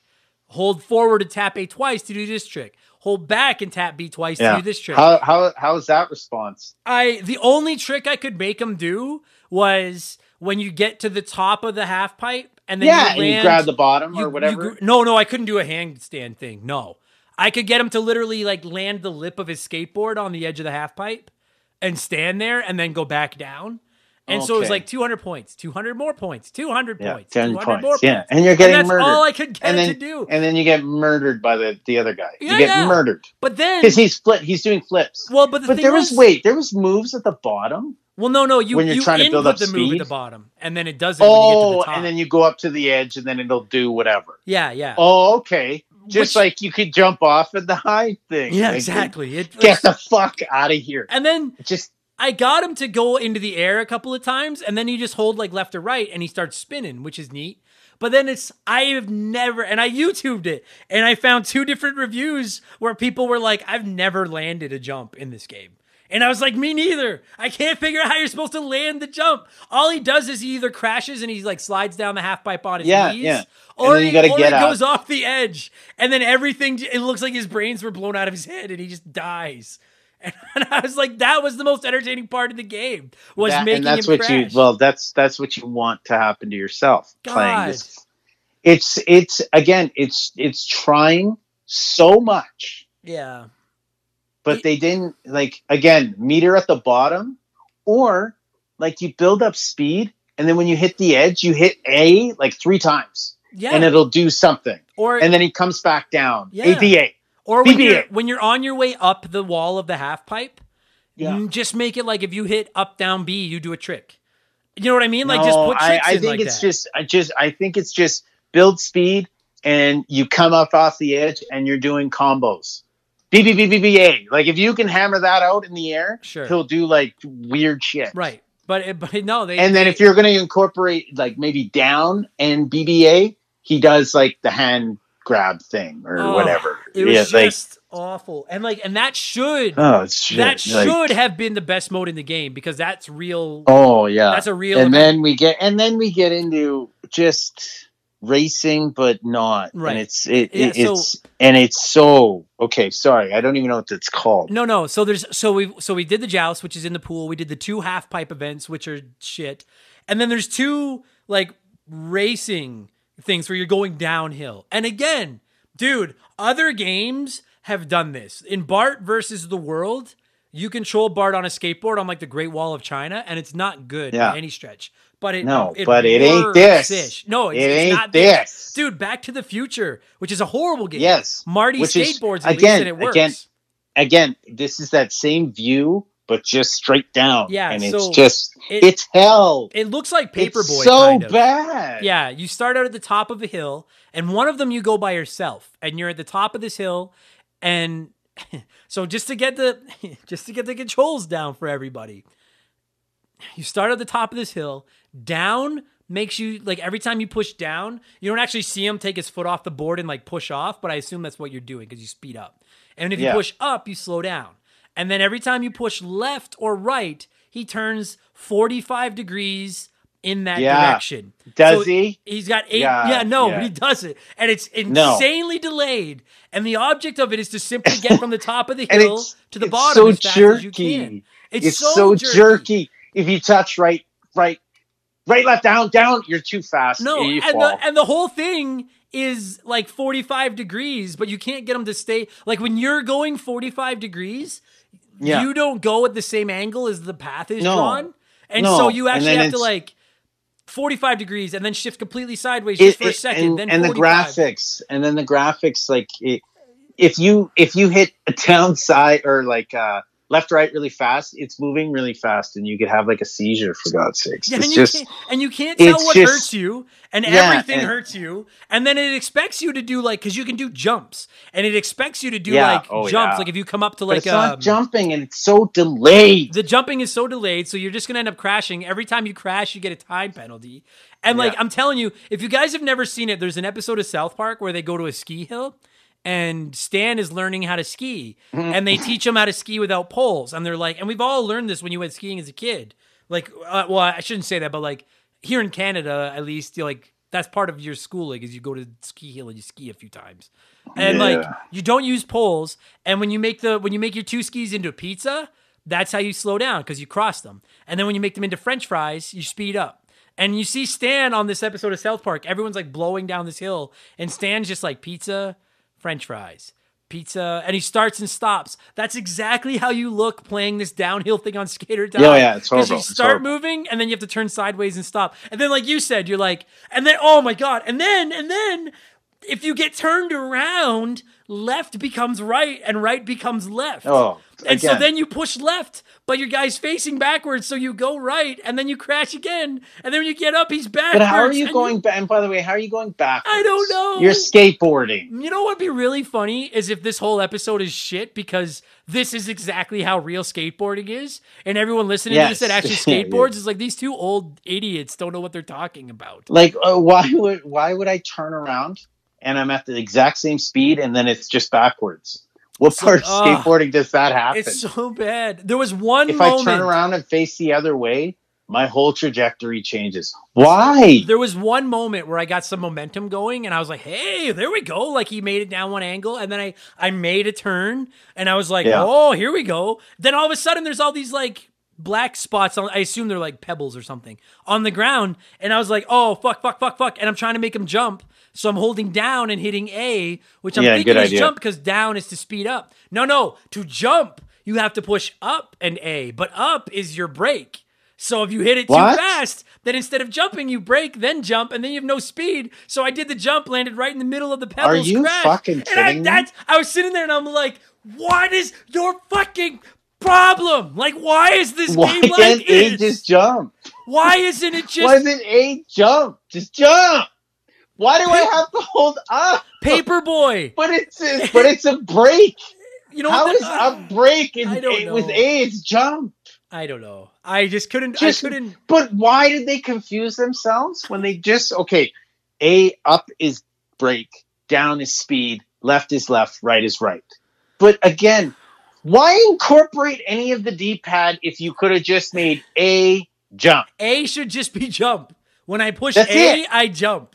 That's all it should be. Because then this game, I can go fast by pressing down, and if I'm hitting jump, and if it fucking registers, this game is a million times better. Yeah. It's that's a all it million needs. times better. I know. Because it needs speed and fucking logic controls. I couldn't get over it. It probably, A is dude, jump. I finally got to the bottom of the hill and I was like, in my head, I was like, this poor guy, like he's missing teeth. Both his knees are ripped as shit. His eyes He's black. dead. He's just like, and Yeah. then it was like 2.5 minutes was my time or something. It was horrible. And then it was Yeah. like, try again. And I was like, I'm not going to No. kill the poor kid. It's like they spent No. all their money on the box art and we're like, we have no money left for the game.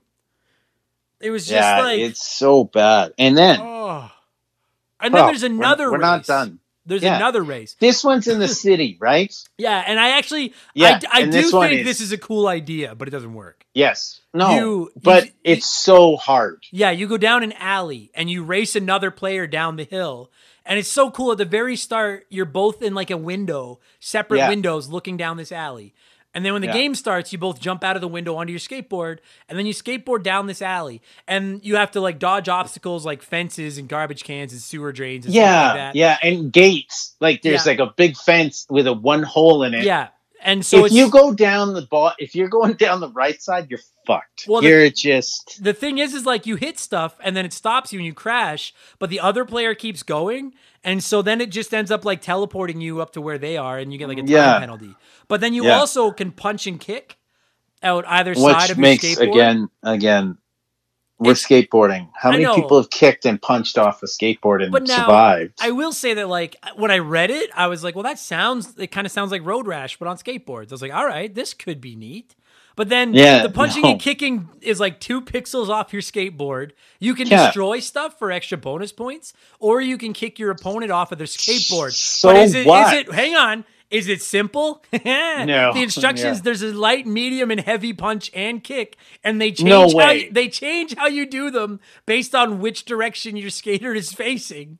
And you're trying to Excuse me? remember all these controls while you're just trying to like dude, there could have been no obstacles, no anything, and I wouldn't have been able No to steer gates. my guy to the bottom. Now I have to No. dodge all these obstacles, plus the computer, every time I get even remotely close to him, is punching me in the head and knocking me off my skateboard. And I was just like, come on. Like the only cool thing about this mode was I hit an open sewer drain at one point and it went Ninja Turtles where my guy fell down into the sewer. And I was like, oh, that's kind of like, that's, it didn't have the Who Turned Out the Lights cartoon balloon, but I was like, all right, well, that was kind of funny. Then all of a sudden it warps me back to where the other guy is. Yeah, and then he it's- kicks me off my skateboard again. Yeah, it's a terrible. It legitimately Terrible feels like you're game. playing with a broken controller. And like we've all, listen, Brad, you did it. I did it. Everyone listening to this at some point when you're losing a game to a friend of yours or something is like, I pushed the button. It didn't do anything. The controller doesn't work. Yeah, We've all played that card many times. Yes. And no Yes. one ever believes you because you're full of shit. My batteries are dying. Yeah, This is yeah. bullshit. But Yeah, I will something's say, wrong with this. in this instance, no, you're right. The controller didn't work. I couldn't. No. It's so like the only way I could imagine even remotely being good at this would be to play it so much you know what obstacles are coming, and then you There's input no way, your but dodges like a minute in advance. There's no way. There's no way to be good at this. I don't. There's no way. I vividly remember renting this game as a child.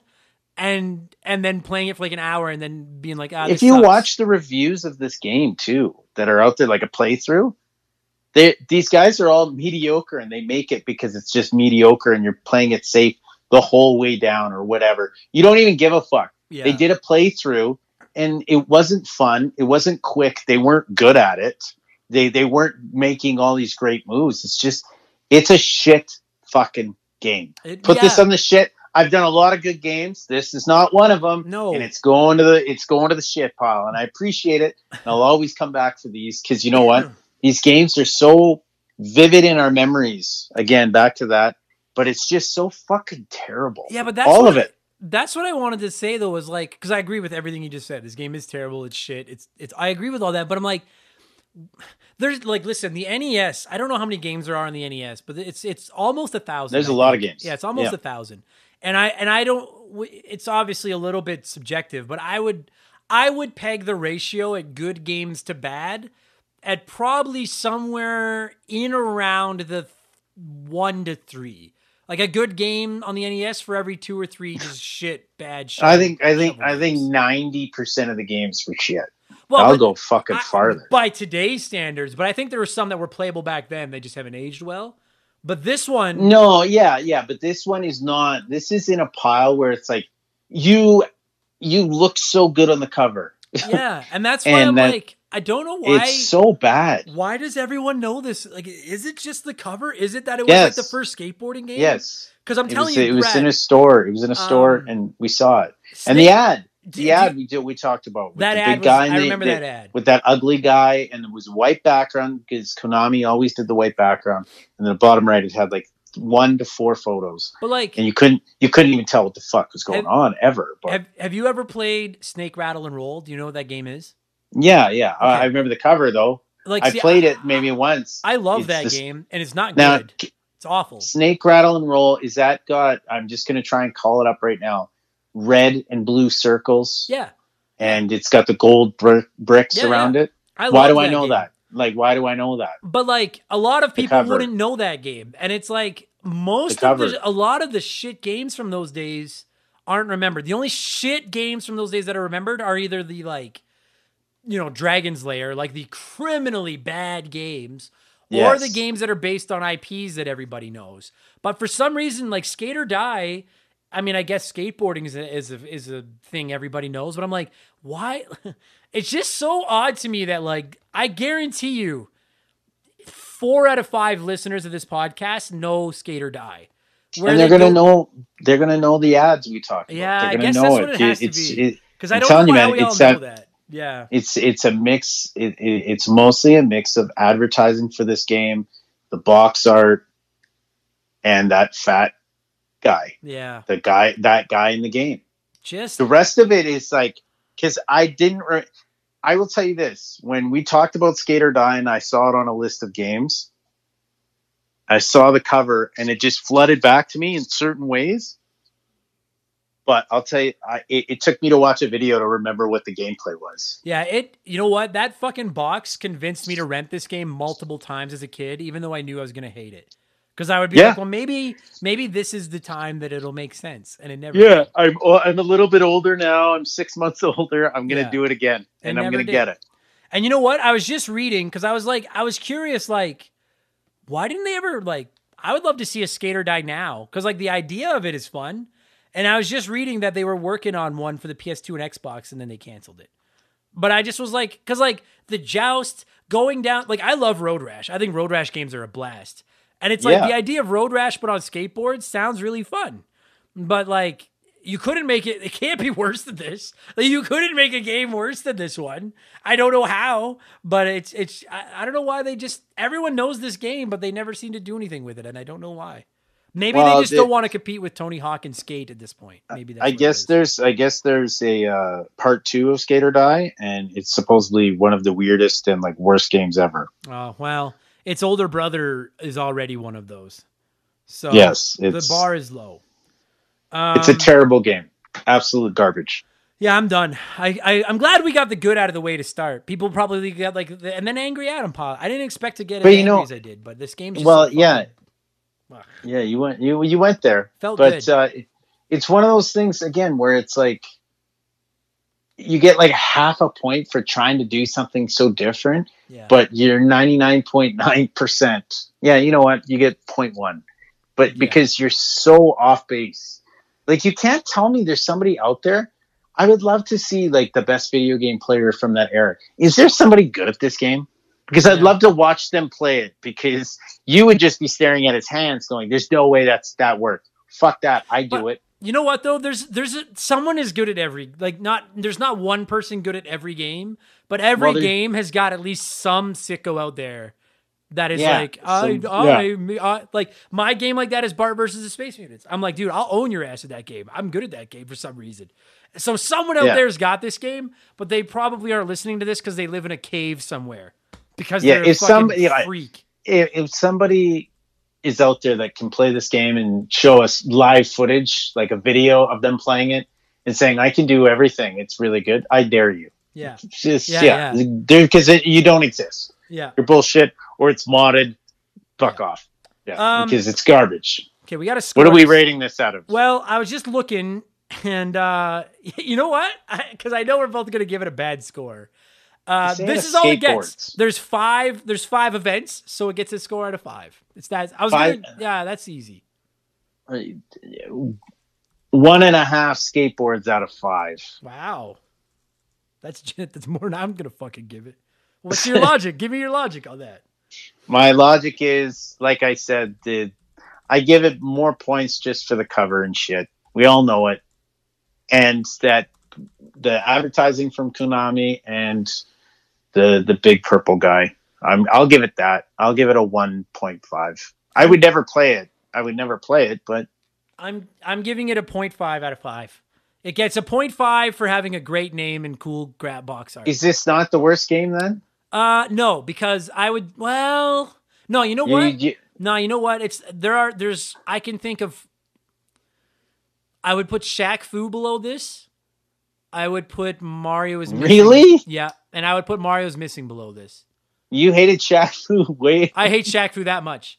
But those are the only two. Like I would put Echo the Dolphin ahead of this game. I'd be like, shut up. Yeah. I'd be like, enough. No, it's just not only is it not fun to play, and I don't think it plays well, and it's shit, but I know I don't know the number, but I know several of my weekends where I got a chance to rent a video game were ruined by this game. And I'll never forgive it for that. I didn't rent Echo the Dolphin or Shaq Fu over and over and over again. But I did rent this one multiple times. And maybe that's some of you are listening, you're like, hey, it's not Skate or Die's fault that you were a stupid kid. And I agree. It's not Skate or Die's fault that I was a stupid kid. But just because a kid is stupid doesn't give you the right to take advantage of them. Yes. Got that? Here. And it loses half a point for being EA. Motherfuckers. So 0.5 out of 5. 1. I changed mine. I'm taking that ruling of 0.5 off for fucking being EA. You guys, no, it's terrible. I think the peak of the artwork and the advertising really drives it home of how bad this game is because everybody, you said it. How do we all know it? I'm telling you, again, everybody knows it because of that advertising, and they nailed it. Whoever was. That's another thing I would love to see if they like a great show of where they discuss like the advertising for a game or the artwork for the advertising. And they go, this is, like just do like a company like Konami and say, we really hit this running with this ad for Ninja Gaiden. We know it because that's what sold it. Yeah, agreed. Yeah, man. Well, I'm done. Next time you come on the show, we'll talk about something fun. I promise. Well, no, I'm not going to promise that because I like making you do shitty games, but my batting average for great games is you're pretty ahead. Good. You owe me a couple more games first. Oh yeah, we'll come up with something, my friend. Awesome, buddy. Thanks for doing this, man.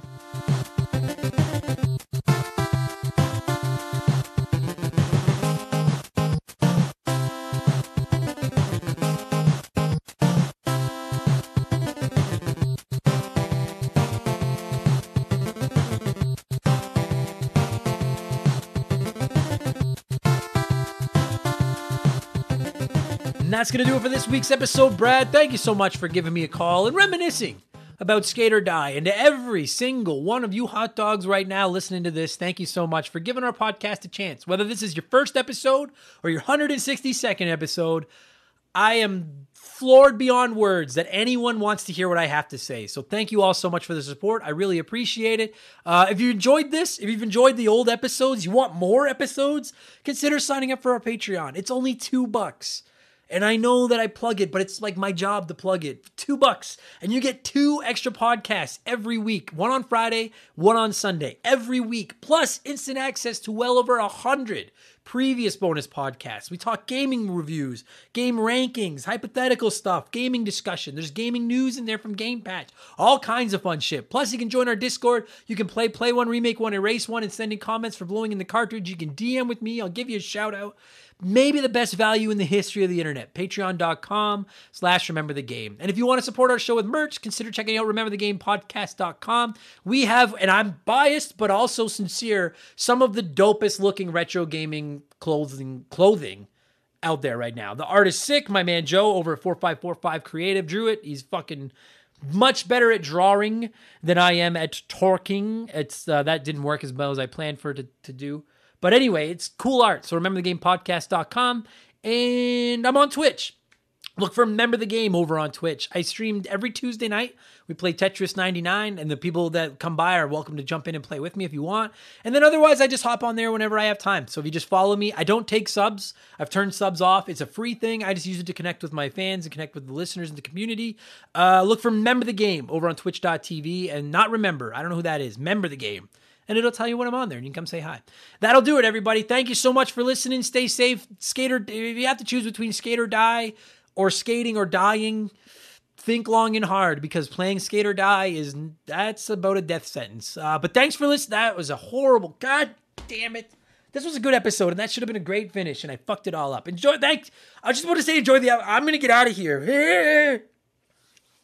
I was about to say enjoy the episode. The episode's fucking over.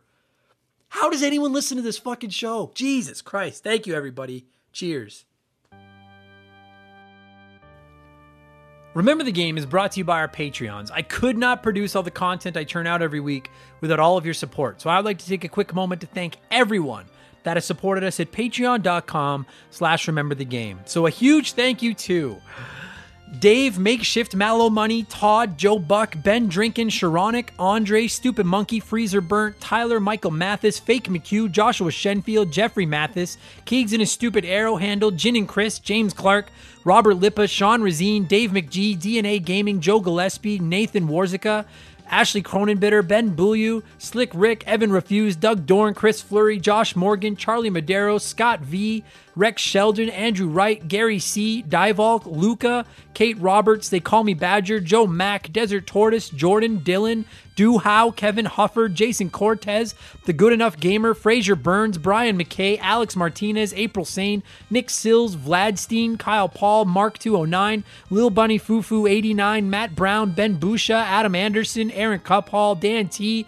Dave Thompson, No One Cares, Mackenzie Wheeler, Brandon O'Brien, Chris Campbell, Chuck Schlarp, Wyman Brooks, Yamcha, Scott Brooks, Leon K, Adam O'Sharello, Dario Omen, Stitch, Aaron Lawson, Miklos Blackshaw, The T-Word, Michael Hegg, Mr. Nick, Matt McLean, Brian Ransom, Miles from BringBackRetro.com, White Burrow, Chris Knife 007, Nathan Tremblay, Mark Jones, A-Town, Andre SGA Flash, Brian Medeiros, Tom Kite, Danny Vega, David Ray, Geek Life Radio, Morgan, Ryan Yeager, John Quack, Zane Donovan, Adam J, S2S, Jerbear, Arpad Bodos, Ryan Kinchin, Tommy Reynolds, Defunct Mike Maloney, Christopher Russell, Ryan Bayshore, Retro Ghosty Ghost, X Water, Vincent L, Very Cool Dude, Jay Clutch, Starl Probin, Tim Riel, The Giraffe, Jared, PB McFadden, G9PSX, Tim L, Dominic S. Thompson, Martin Greenwood, Wolverine Films, Peebs, Silver Grunion, Mr. Satan, Raging Demon, Poops Loomis, 8-Bit Bovey, Pat Duddy, MPG in Buffalo, James Anderson, Amy Gillen, Dana Witcherall, That One Kid Nick, Potato Bob Guy, Mad Shibs, Mercury 869, Derek Jane, Rodrigo Tomazzi, Kelly, Jesse Clark, Pie Messiah, Sean Clifford, The Honest Pokemon Trainer, Bracken Newcomb, Zootroy, M. Felf, A Novel Console, Kayfabe 5150, Example Text, AJ Jones, AJ Freeman, JB Retromania, Ferdy Martinez, Troy Zuniak, Brendan Hine, Boognish, Wolfgang Darren, Ninja Lunchbox 79, Mr. Me, Seexo 406, Derpamus Prime, Seriously Ron P, Sam Wright, Retro Bismol, Andy Hudson, John Byrne 86, Joshua Davis, Stefan Fukasawa, Thor the Hammered, Kinslayer, Rogue Agent, Jafar McJr., Mega Man 2 OG, Good A, Goth C, Dane, Aaron Baker, Lord Finish, K-Jam, Chris Copland, Spencer C. Weiss, Mandingo, Cody Poland, JMC, Fuck, here we go. Logan Hale, Doogie, Matt McLean, Pizza Power, Super Nintendo Dudes, Nathan Freak, Mike Burks, Trevor Sevenoaks, Ryan McCowan, Kerry Waka Waka, Fob, Paul Zoe, Magic, Wolf Magic, Kate 21, Johnny CCDC, holy Christ, I suck at this. Joel LeBlond, Raul Aguiar, I worked at Subway, David Phillips, Corey Street, Gary Heather, Carmichael Nicholas, Squints, John DeShazo, Tent Sparkster, Omega 88, Swedish Fish, Nathaniel Shelley, Explode Processing, Tim Chambo, Chowdy Laudy, Joseph Gonzalez, Lee Spilling, Dan Wagner, Daniel McKee, Candido, K Cuz, Guest House Productions, Bones 02, S2 Von 5000, Titan 420, Jose E. Marco, Seth Mayfield, Tom Calvert, Chris Freeman, Kyle Bolton, Scarlett, Zonko 504, Lee Sparks, A Sharp J, Oprah's Iron Fist, Tom Maya, Adam Ferrer, Russell Aldridge, Chris Story, Classic Crusade, Big G, Astral Soul, Shannon Willis, Scott Roseberry, Karth from KOTOR, Sean Radford, Chance McCoy, Josh Valentini, Hammond Egger, Ronnie Sachs, My Name is Adam and Mega Man Sucks, Jeff Bergeron, Ian Watts, Dale Baker, Joe Kirby, Captain N, Owen the Game Furchuck, Super Dave, Plucky Beast, Broken Spoilers, Harmonies David, Game Nomad Misi, Tristan, Jerry Robinson, Emily Luna, Kenneth Michael Brown, Leigh Evans, Daniel Stidham, Darth Obvious, Master Boyd, Leon Nabskog, Trapper Keeper 1000, Daniel, Astro Alpica, Rob Strothman, Ryan Groinus, Kaiser Dragon, PP Poo Poo Cuckoo Pants, Kyle Dodd, Jared Bushlian, Stu Bergeric, Eden Awaits 1981, Tunable Power, Borrow, The Gray Bearded One, Dan Taylor, Swanee, Hayes 87, Lukey Mull, Danny Proudfoot, Tom Danks, John Woodruff, Angel Cortez, Dusty Salad, Chris Meisner, Randy Barrage, Neo Nevis, Andy Spillin, Brian Spreitzer, Michael Clark, Chalupa Cabra, Thomas Simmons, Sean Byron, Rocker Dude, Saskatchewan River Pirate, What Great Gaming, Mikey NL83, I Am the Mutt,